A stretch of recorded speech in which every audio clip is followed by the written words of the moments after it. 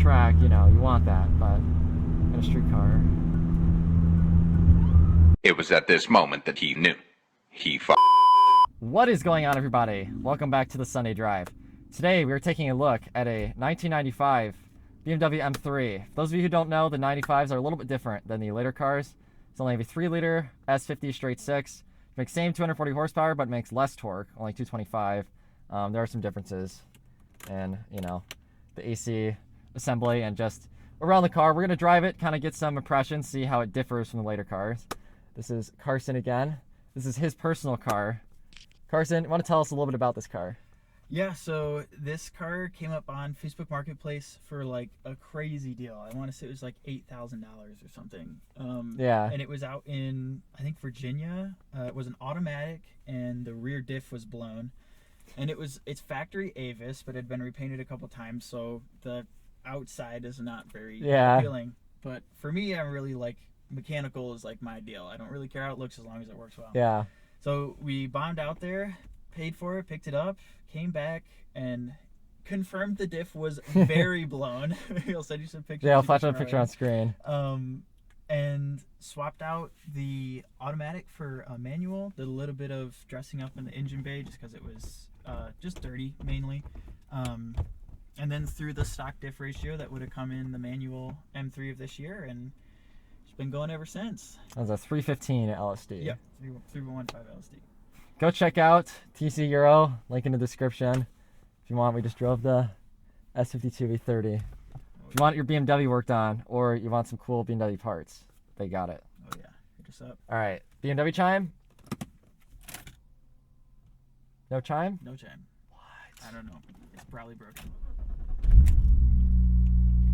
That is so sad. That is like my favorite part of these cars. Oh, transmission warning light. Sad. Oh no, the auto trans, it's broken. You know what I did in mine? I pulled the bulb out. Yeah, I just forgot. But I really don't mind. Oh. Copyright. Oh. Yeah, it's got some sort of sport muffler on it. I'm not sure what brand came with the car. I'll take a look after this, maybe see if we see any markings. Yeah. Feels good. Yeah, it's pretty. It's like it's a nice stock E36 M3. Yeah, exactly. Is the alignment a little off? Oh. Yeah, that's the ball joint is a little bit non-existent. Oh, well. Oh well. Shifter likes to rattle. Is that That's just the aftermarket shifter. It's not mounted correctly anymore, so it rattles. Oh, okay. Like that's a lot of playing gear. I see what you're talking about with the torque. It doesn't come on until about $3,000. 3, yeah. There's like put down and forward, nothing. That's kind of crazy. Yeah. It wow. really needs to be in those upper revs. Yeah, because in the S52, I mean, everyone talks about how torquey they are. I didn't feel it initially, like when I was kind of just like kind of pulling away. But yeah, once you put your foot into it, you feel the lack of torque. Yeah, it's just not nearly as available as in the later engines. So far, I mean, it drives like any other E36 M3, which I guess shouldn't be that surprising. I mean, it's just, you know, the engine and the diff ratio basically, right, that are different. Yeah, for the most part, there's minor suspension differences in the front. Different control arms. Yeah, different control arms. The bushings are offset differently in the early cars. A lot more closely related to the E30 M3 than the E36 M3 of the later cars. It's an interesting crossover year for sure for the US.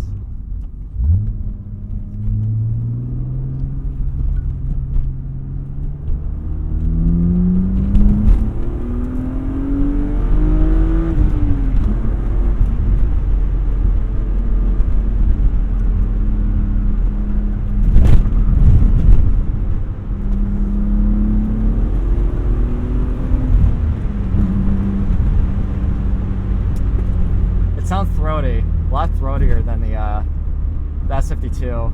Yeah, I think I mean, the whole catalytic converter section is still in there. I think a lot of that is to do with the muffler. Really? I was gonna guess the intake. You think it's the muffler? I think it's the muffler.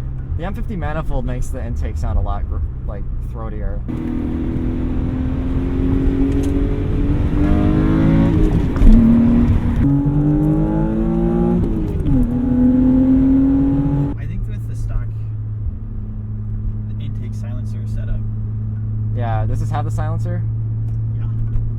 It is very quiet. I'm Yeah. pretty surprised. I thought it was gonna be a little louder. No, it really calms down, and the exhaust under heavy load and at a low RPM, you'll hear it. It's pretty noticeable, but under light load, it just kind of goes away, which I like. I'm playing with all your controls. Yeah, as you could. Shifter feels the same basically. Is this just wait? Is this a stock shifter or no? Stock. Yeah, everything's stock. So there's the sheriff. Yeah. Everything's stock. So it's gonna have the probably 180,000 miles, or give or take, since from a different car. Bushings in there. Bushings, those stock plastic ones that are just wear out. So that, I think Pretty that's gone. What, Yeah. that's what you're feeling.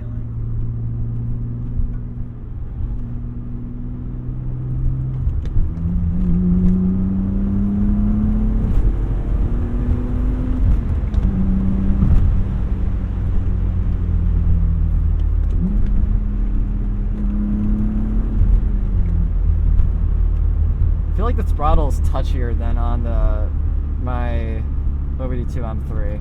I agree, and from what I've learned, that's an engine. That's a tuning thing. Oh, So- so it's not in the throttle. I don't think it's the throttle itself. I think the S52s are tuned to kind of hang on to the revs. I would. That is true. Yeah. They do. And the early car will just drop it. Like if you clutch out, It they does. just Yeah, go down. instantly. No, you feel that, like the momentum. Brake pedal feels the same, although E36s don't really have the best brake feel, honestly. Yeah. Like it's not bad, but like it could be better. It takes a while to get into proper braking pressure. Yeah. There's the battery box.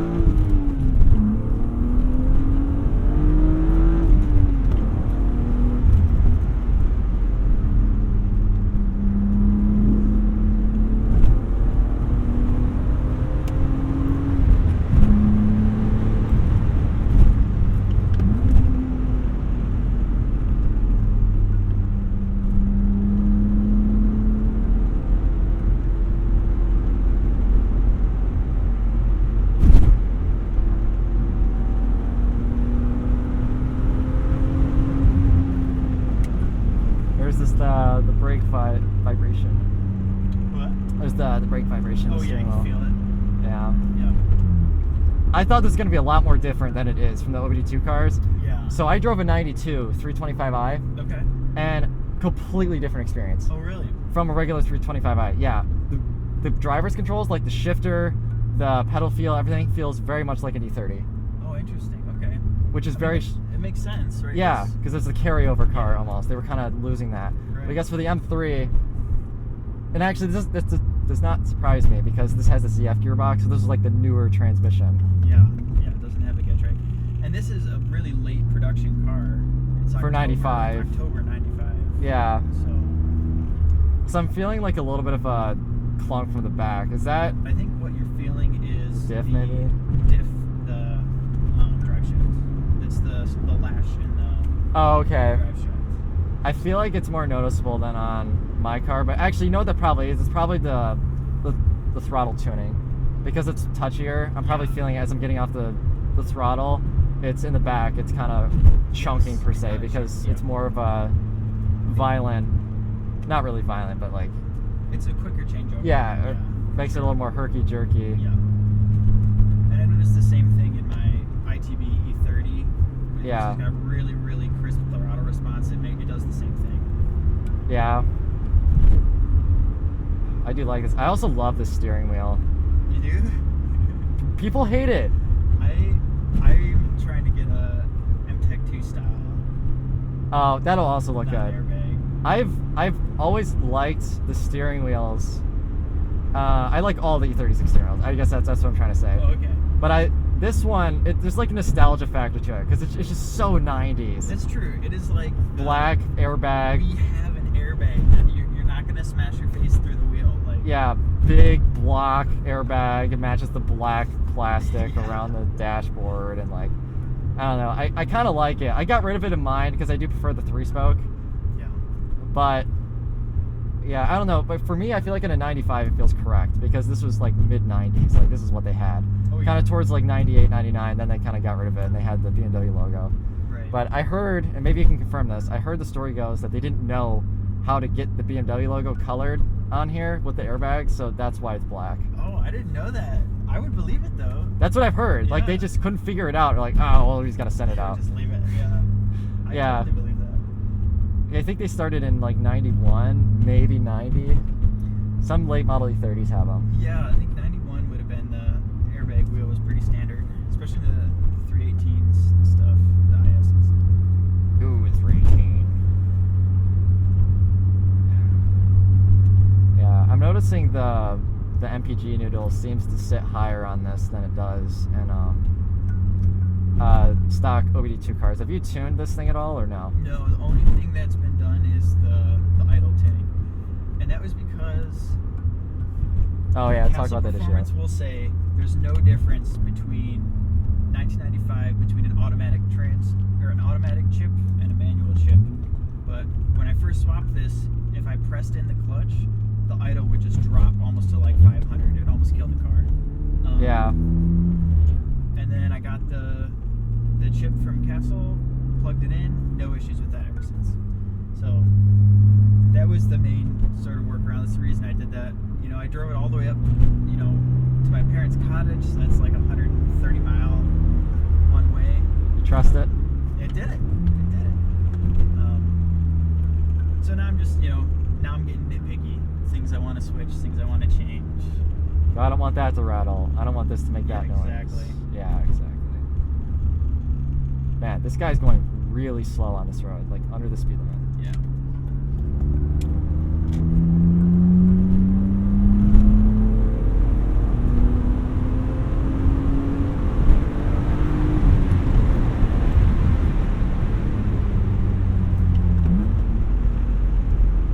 Okay, so we just did a third gear roll there. You feel the power build as you climb higher. It just wants you to Just more RPM, keeps more RPM, coming, more keeps RPM. coming, yeah. Yes, exactly. So that would be the manifold then. Yes. Yeah. The manifold just provides a little less torque. My nerdy self, I love all that stuff. It's Yeah. called Helmholtz, it's Helmholtz Resonance. Oh God, Wanna Tyler look it was up? telling me about that. Oh It's God. a way of tuning the pressure waves in the manifold to force air into the cylinder. It gives you more torque.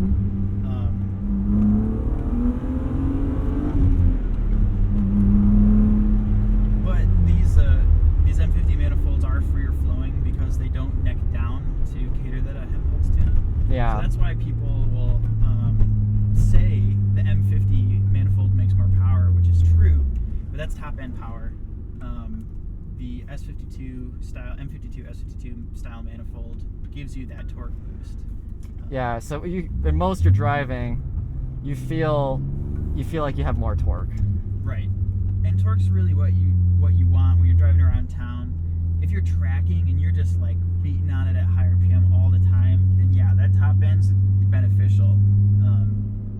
But just the fun, the torquiness is what you want to feel like when you're going stoplight to stoplight and stuff like that. You guys have kind of convinced me out of doing the M50 manifold on mine. I still have it. I might do it eventually.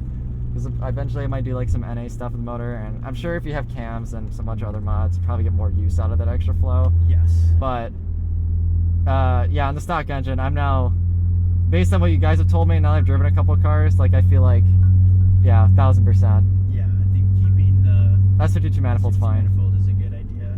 So we've now finished test driving the 1995 BMW M3. And honestly, it was strikingly similar to the OBD2 cars. There was not really a lot to report. Obviously, the power band's different because the M50 manifold, but we already kind of knew that. The volumetric efficiency, what was the word for it? Helmholtz Resonance. Helmholtz Resonance that you get out of so you get more of it out of the S52 manifold. Yes. Oh, spoken like an engineer. Whoever came up with that. The throttle pedal's a little touchier, but outside of that, honestly, it drove exactly the same. I'm a little surprised, honestly. I thought it was going to be a lot different, like the 92 325i is. But Carson, thank you for letting me take this out. I'm sure you look like a shadow on video right now. Yeah, probably. Once again, go check out TC Euro. They have all of your BMW E36, E30 needs, probably more. That's it for now. That's it for now. Eventually it'll be more. Yep. And they'll work on your crazy BMW projects that you probably shouldn't be funding. We will catch you in the next one. Uh-oh. Well, Oh. there is off somewhere? Yeah, I think there's a parking lot off to the right here.